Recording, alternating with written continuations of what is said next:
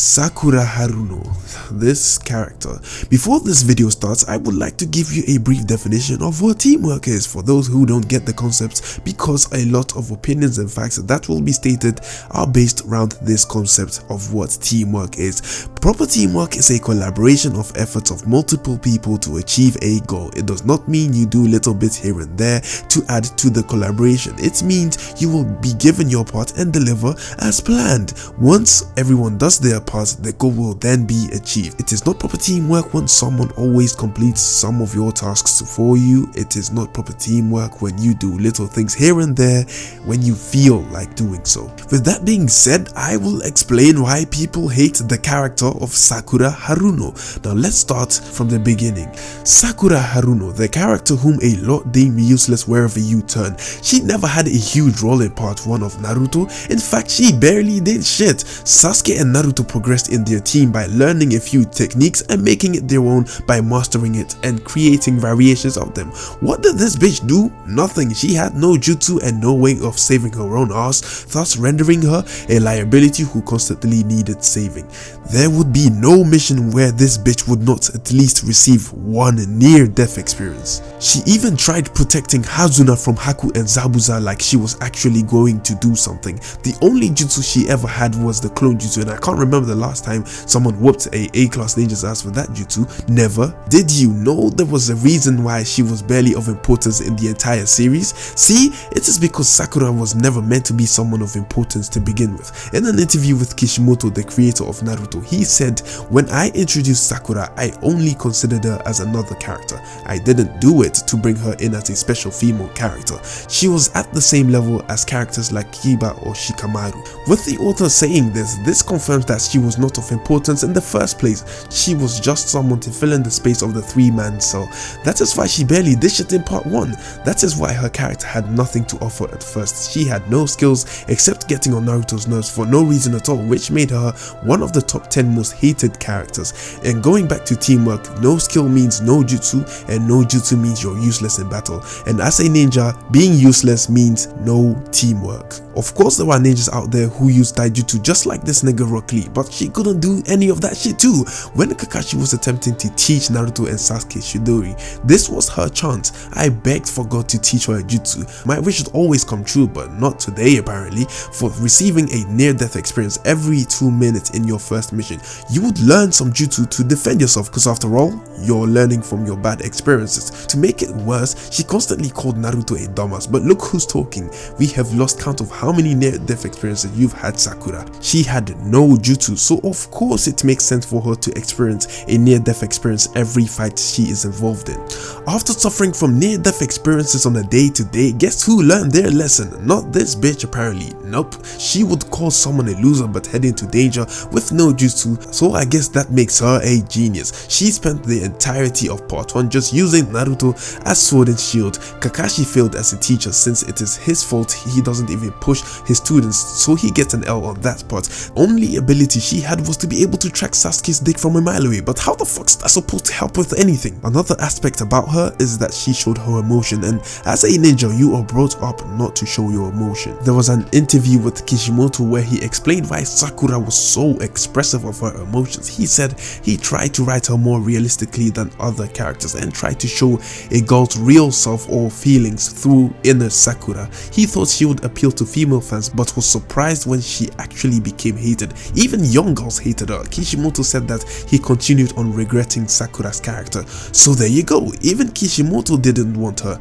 or even know what to do with her dumbass. However, he did try to give her a better role since she is a main character and cannot be left useless for 15 years, so he tried to patch her up in parts 2 by giving her jutsus and a heroine role. He said that honestly speaking, Sakura was that unpopular that even if he expanded on her, nothing would come of it. Kobayashi, who is the person interviewing, asked if it was too late to drop her, and Kishimoto says that he had to just persevere with her and thought about how to raise her popularity. In the 4th volume, a cover page shows her with Katsui, so this was the direction he tried to work in. In later volumes, he tries to draw her more beautifully. On the cover page of volume 66, he drew Sasuke and Naruto quickly, but with Sakura, he took a long time to draw her beautifully and was using source material as guides. But he says appears that in the end no one really took notice as it had no effect, and Hinata's popularity just kept going up on its own. Kishimoto explains that Hinata, like Sakura,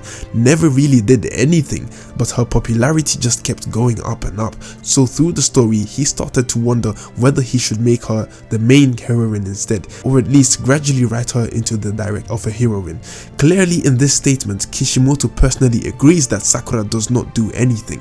As for Hinata, she had little screen time compared to Sakura, so it makes sense since no character can accomplish much without any screen time. And that is that. He was finished with her. She learned useful jutsu too late and became one of the most hated characters that even the author himself regretted her. She was useful here and there, but in a team, all your team members' lives are dependent on each other, and she was expected to be useful at all times and not times when she felt convenient for her, or else that would not be teamwork. And no, filler episodes do not count as they are not contributing to the original source material. A good character is one which is a balance of good and bad decisions, but Sakura's character is a complete joke as her bad decisions outclass her good ones, which leads people into despising her, thus making it nearly impossible to defend her. If you really want to know why people hate her, I will list some of the many choices that prove her not to be just a terrible character, but also a terrible person. Here is a list of the most atrocious decisions Sakura has made in part 1 of Naruto.